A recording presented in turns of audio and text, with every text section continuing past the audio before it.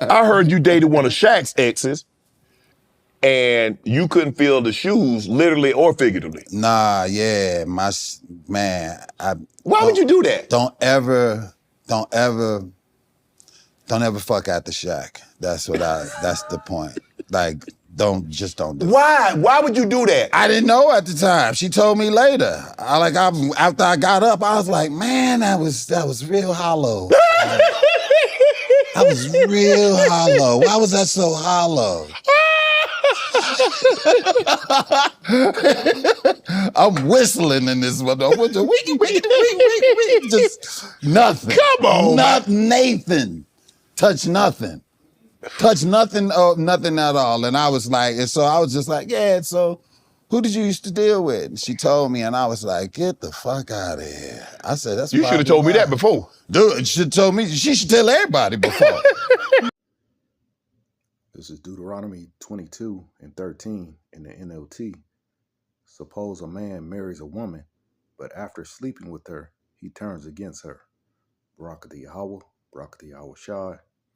All praise, honor, and glory unto Yahweh, Bahashem, Yahweh Shai, Bahashem, Rakakudash. Yahweh, in the name of the Father, who people ignorantly call God. Yahweh Shai is his son, who people ignorantly call Jesus. Bahashem, Rakakudash. It's in the name of the Holy Spirit. And that's where we get our revelation, our knowledge, our wisdom, and understanding through these scriptures. Peace and blessings to you, Akim, out there that's constantly fighting the good fight of faith, the Lord will to the end. And double honors to the apostles and elders of Great Millstone that taught us this truth. And Lord will this lesson be edifying to the elect. I'm not sure what I'm going to call it, but, you know, you'll see it by then. But this came about from, I was watching a short, and Lord will, I'm going to put it in the description. Hopefully I don't take it down. This is fair use. Just, I'm not making no money off of this. I'm just using it for educational purposes only. This short by Club Shay Shay. It's got old boy Dion Cole, and it's going in about how he dated Shaq's ex, and it says and he couldn't feel his shoes. And speaking about, you know, drilling his you know, that woman. And this go to show you how, you know, of course Shaq huge ass dude, but it just go to show you how, you know, we're not supposed to be just women jumping around from man to man to man. You know, it's a thing called pair bonding. You know, you look it up, and how, you know, a man and woman come together, and that's why the scriptures speak about becoming one. Lord will, I'm gonna bring that out. So, man, I'm gonna just bring out a few scriptures, and I'm gonna go through this chapter, Deuteronomy 22. I'm gonna start at 13 and go all the way down pretty much to the verse 29, and just how the scriptures speak. You know, the scriptures speak about how a woman's supposed to be men too, you know, but really on how women's supposed to, you know, they're not supposed to be with multiple men. You know, you're supposed to get with that man, what your father's supposed to get for you. You know, supposed to choose your mate, and, you know, that be your one and only. You know, you're supposed to be a virgin when you get with them. So, hey, man, but, you know, we so far gone, and now this damn devil, Esau Edom, the so-called white man, he's made everything, he turned everything upside down. So he's made it where, you know, sleeping with multiple men is not looked down upon. And now the society doesn't look down upon it, and women are encouraged to do it, even by their mothers. You know, women are encouraged to basically go play the field. And then lo and behold, they become sluts and whores and have multiple baby daddies and, you know, multiple children. So by different fathers, and, you know, they just become smuts, and then, you know, they're no longer of real use. You know, a woman, her womb, and then they begin to have abortions, and you know, they haven't, or they get rid of the child, or even worse, you know, they keep the child, but they're abusive to the child, and you treat the child like shit. Don't have no mother instincts. The scriptures speak about how the woman become like an ostrich. You know how they stamp on it because they don't care no more. They lost all uh, that feminine nature about them because they pair bonded with multiple men. You know, so when you do that, you got all these different uh, sperms up in you, and then they basically fighting each other. You know, so that woman too, she got that spirit of that man on her, or of them men on her. So you know, the child that's born, you know, of course that's like the lion. The lion, as soon as a new lion come in, he kills all the cubs because he want his bloodline to go. So that, you know, that spirit is on that, is in that household within that woman. But anyway, let me get these scriptures, man. This is Deuteronomy 22:13. If any man, this is in the KJV. It says, if any man take a wife and go in unto her and hate her, and give occasions of speech against her, and bring up an evil name upon her, and say, I took this woman, and when I came to her, I found her not a maid. So he's saying basically he found her not to be a virgin. Once he laid with her, this is what happens. So that shows you the importance of a woman being a virgin when she, gets with her mate. It says, verse 15, then shall the father of the damsel and her mother take and bring forth the tokens of the damsel's virginity unto the elders of the city in the gate. They bring the sheet out, showing the purity of her daughter, her hymen being busted, what they call now popping a cherry. It says, verse 16, and the damsel's father shall say unto the elders, I gave my daughter unto this man to wife, and he hated her. He changed his mind for whatever reason. It says, verse 17, and lo, he hath given occasion of speech against her, saying, I found not thy daughter a maid, and yet these are the tokens of my daughter's virginity, and they shall spread the cloth before the elders of the city.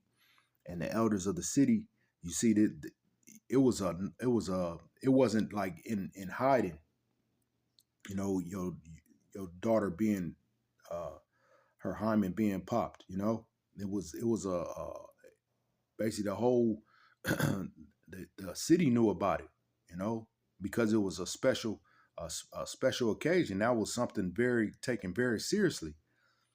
Unlike today, now a girl get her cherry popped in the car or something. It's done all backwards now. Things is not. It's not. But we looking forward. That's why we say we looking forward to a new heaven and new earth. We're looking forward to the new rulership of the Israelites. The so-called blacks, Latinos, and Native American, but the elect. Because everything, the government power is going to be put back in order. Right now, this damn devil is in power. That's why the scriptures say, uh, uh, when the wicked beareth rule, the people mourn. When the righteous are in authority, the people rejoice. But then what's that other scripture where it speak about basically when the wicked being in power, it'll come back to me. But let me get back to this. It says, and the elders of the city shall take the man and chastise him, and they shall immerse him in 100 shekels of silver, and give them unto the father of the damsel, because he hath brought up the evil name upon a virgin of Israel, and she shall be his wife. He may not put her away all his days. So if he come out to find out that he was lying, saying she's not a virgin and she was, then he got to pay for that. He had to pay before, but he got to pay again basically. And it's saying 100 pieces of silver. So verse 20, it said, and he can't divorce her. It ain't like how now, just they get fed up with his woman and want to dismiss her. Nah, you supposed to keep that woman, especially, and it would be more so now, because she would be a virgin. That you the only one that laid with her. It'll be more of a bonding between you two. It wouldn't be so easily wanting to dismiss that woman because she got all these spirits on her. So she, loud mouth. She's honorary. She no help around the house. She has no benefits. Only thing she's used for is for a box. Nah, a woman's supposed to be a rest haven. You come home to her, and it's supposed to be another form of peace when you come to your home. She's supposed to make a house a home.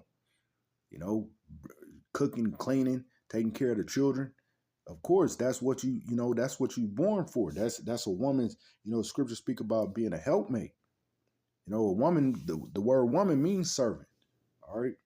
It says, verse 20 says, but if the thing be true and the tokens of virginity be not found for the damsel, so come to find out that it's true that she wasn't a virgin, then this is what happens. Verse 21, then they shall bring out the damsel to the door of her father's house, and the men of her city shall stone her with stones that she die, because she hath wrought folly in Israel to play the whore in her father's house. So shalt thou put evil away from among you.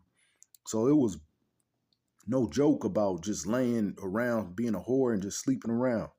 You be brought to the door of your house, of the father's house, and the men of the city come and stone you right then and there till you was dead. So women now are just harlots and whores, and it's accepted now. And that's why we're gonna go back to the days of old. But our women ain't gonna be out of order in the kingdom to come. Everybody gonna be in their right mind. All of our women, they gonna be straight then. They ain't gonna be no side eyeing a man, thinking about I want to lay with him because how he look. You're gonna be covered up. You're gonna be in your right state of mind. You're gonna love and adore your husband because he gonna be the only man that you lay with. You're going to be a virgin all over. You're going to be made new, fresh. We're going to get these new bodies. So the women are going to be, perfect, and then it's going to fit like a glove with you and your husband. That's how these women are going to be made. They're going to be made perfectly for us. That's it, verse 22. If a man be found lying with the woman married to an husband, then they shall both of them die, both the man that lay with the woman and the woman. So shalt thou put away evil from Israel. So, committing adultery wasn't accepted. It's not accepted. It's still not accepted. But, in the sights of this world, Babylon especially, it's not looked down upon. It's just like, oh, okay, another one. They make songs about it. But amongst us, amongst our heritage or who we are as a people, that's not accepted. And the man and the woman supposed to be put to death. It's a harsh, and that's so the sin doesn't flourish like it is now. Because now it's just rampant out here. You got men and women just being smuts. Adultery is just at an all-time high where the man, it could be somebody that slept with your woman. It's just no holds barred now. Verse 23, it says, if a damsel that is a virgin be betrothed unto a husband, and a man find her in the city and lie with her, the scriptures that Jake hate hearing about, the grape doctrine. It says, verse 24, then ye shall bring them both out unto the gate of that city, and ye shall stone them with stones, that they die. The damsel, because she cried not, being in the city, and the man, because he have humbled his neighbor's wife. So thou shalt put away evil from among you. So, again, that's still committing adultery, even though it was like it was great, but she didn't cry out. She didn't, and she was supposed to be another man's woman, but she didn't. She basically was okay with it. Verse 25, it says, but if a man find a betrothed damsel in the field, and the man force her and lie with her, then the man only that lay with her shall die. If she do cry out and she betrothed to another man, then that lets you know that, hey, she wasn't with it. Verse 26, it says, but unto the damsel thou shalt do nothing. There in the damsel no sin worthy of death. For as when a man rises against his neighbor and slayeth him, even so is the matter. For he found her in the field, and the betrothed damsel cried, and there was none to save her. So, it's basically, it's understandable. Verse 28, it says, if a man find a damsel that is a virgin, which is not betrothed, and lay hold on her, and lie with her, and they be found, then the man that lay with her shall give unto the damsel's father 50 shekels of silver, and she shall be his wife, because he hath humbled her. He may not put her away all his days. So it wasn't where you just sleeping with anybody, even if she wasn't basically spoken for, and this is the scriptures, man. And she wasn't spoken for, and a man took her, raped her, and she wasn't called, spoken for. Then she would have to. That man would have to be with her. It wasn't just like, oh, I just popped her and then that's it. No, you had to pay the father. You had to pay him the what they call it. Oh man, what they call it? It's a name for it. Oh man. But anyway, it's a payment that you had to pay the father for the daughter, and that would happen, and then that man would take her as his wife. It wouldn't just be where you just popped her and just keep it moving, and like how it is now. Now they do it. They're grape a woman, and then if they do get caught, then they go to prison or something. Nah, in the ancient days, it's like, okay, you did that, but now you got to take her and you got to support her and take care of her as it should be.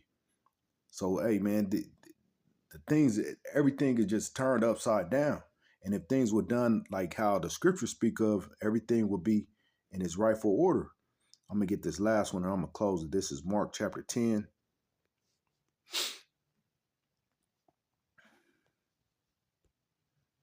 Mark 10 and start at verse 6. It says, but from the beginning of the creation, the Most High made them male and female. For this cause shall a man leave his father and mother and cleave to his wife. I'm going to read it. And they twain shall be one flesh. So then they are no more twain, but one flesh. The husband and wife, they come together, they become one. But how you can't do that when she been with this one, been with that one. She been with 90, 100, 200, 300 men in her life, and then she finally hit the wall, as they say, and she want to settle down and be with one man, and she had all these bodies on her. You ain't gonna be able to pair bond with her. It's too much going on within her. Her spirit is all effed up. I was just watching this older lady. I don't know how old she was, but she was saying it's okay if you get married late. Talking about even if you're in your 60s. What the hell? Woman ain't supposed to be like that, man. You're supposed to be, get with a man in your youth and stick with him. Not just laying with man after man after man. Like, nah, it didn't work. And just be so easily just to separate and move on. It says, but from the beginning of the creation, the Most High made them male and female. For this cause shall a man leave his father and mother and cleave to his wife, and they twain shall be of one flesh. So then they are no more twain, but one flesh. What therefore the Most High joined together, let no man put asunder.